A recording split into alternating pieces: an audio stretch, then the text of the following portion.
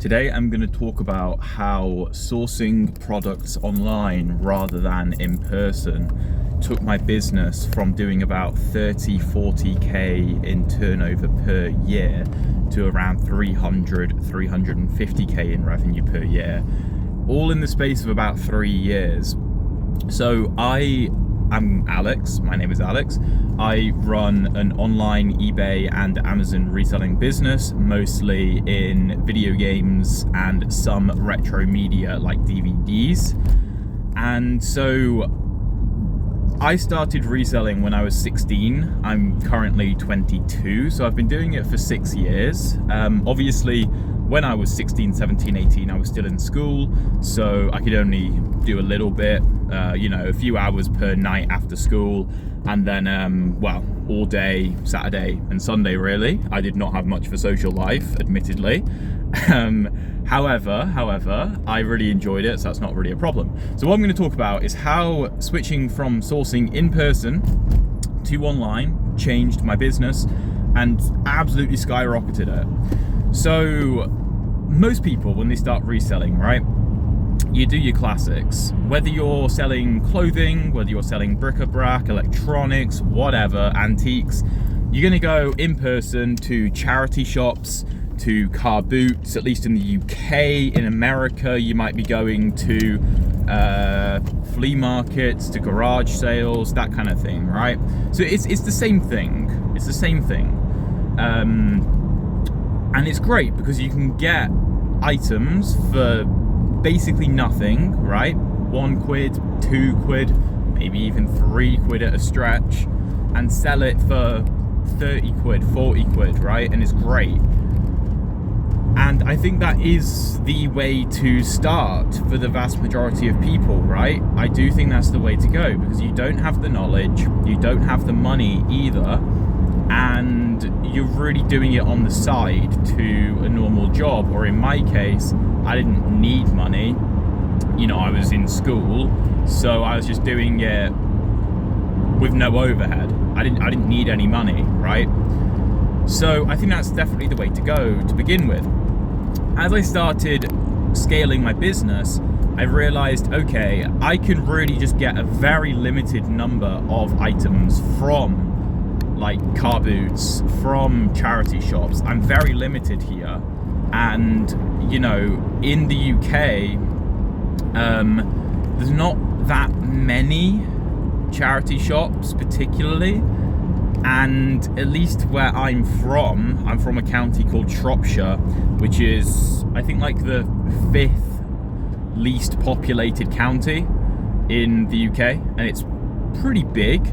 It's literally just, country roads, small villages. There's like one major town. That's about it, really.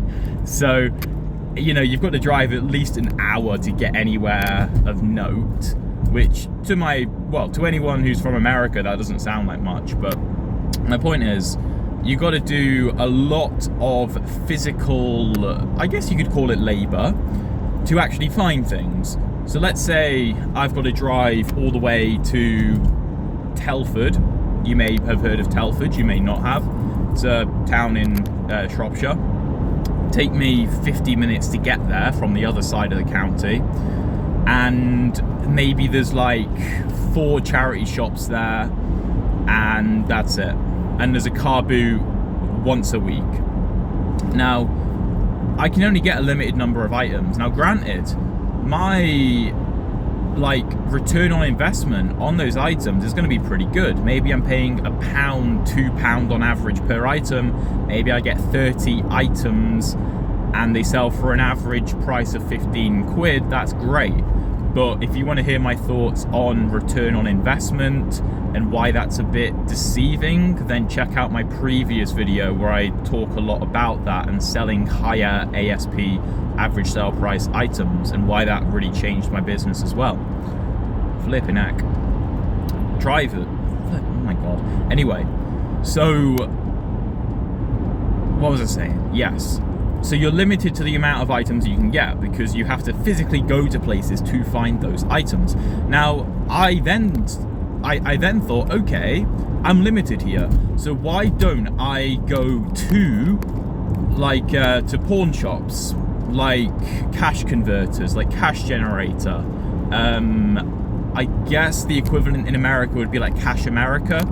I think that's a chain there. It's the same kind of thing. It's just pawn shops, and buy things there, right? And that worked. It was good.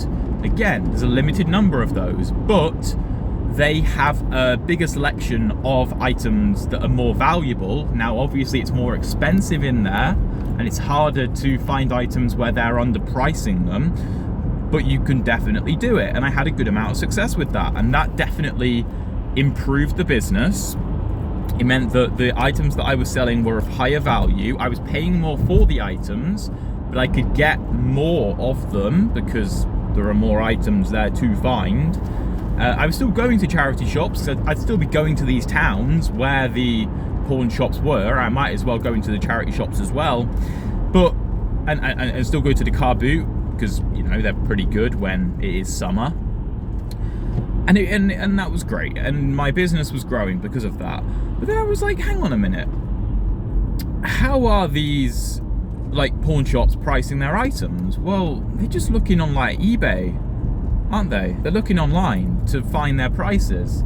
They also sell their items online. So I started realizing, hang on a minute, I can source the same items online, pay a little bit more because there'll be maybe some fees and the postage cost, right? But I can just source the exact same items online, pay a little bit more, but I don't have to drive an hour there and back. And so this goes into what I was saying in the previous video which I made, where I was talking about how much money, how much profit am I making per hour of my time. So if I can source 10 items in an hour sourcing online and pay a little bit more per item, but target higher value items, then I'm probably making more money per hour of my time than I am if I'm physically going to these places, because there's a more limited selection, and also I have to physically travel there.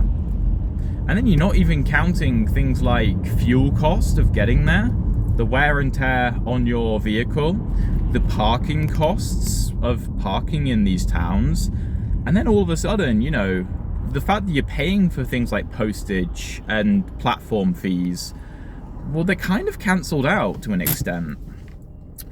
So in all reality, you're probably paying about the same amount once everything's accounted for, right? So you're getting more products by sourcing online than you are going in person, you know? What I also found personally is I'd often feel very awkward, like researching items in these physical shops, right? Like crouched down on the, like looking at the shelves for half an hour or more with my big stack of items of people walking past me, you know, like the cashier thinking, what on earth is he doing?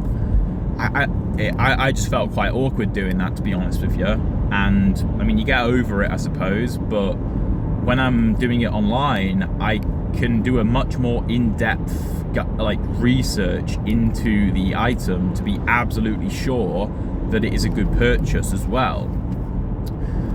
So that also plays into it for me. That was very useful. I think I made more better buys, or a higher percentage of my buys were good online because I could research it better than in person, if that makes sense.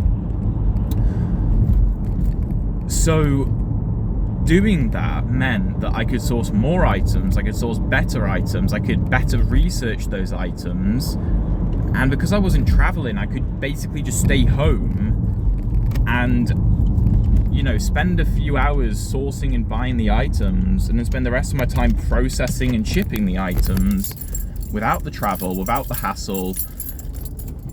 And yeah, I mean, there's other changes that I've made to my business for sure, right? I didn't just do that and then 10x my turnover. There were other things that I changed. And again, check out yesterday's video if you want to hear one of the other things that I did. But I think that helped me so much. And I see it in other people's businesses as well, like particularly people who do clothing. I see them having a lot of success from sourcing online. So no matter what niche you're in, I think that it is a massive thing to consider at the very least. So I hope this was useful. Please like and subscribe, comment below your thoughts. Have a good one.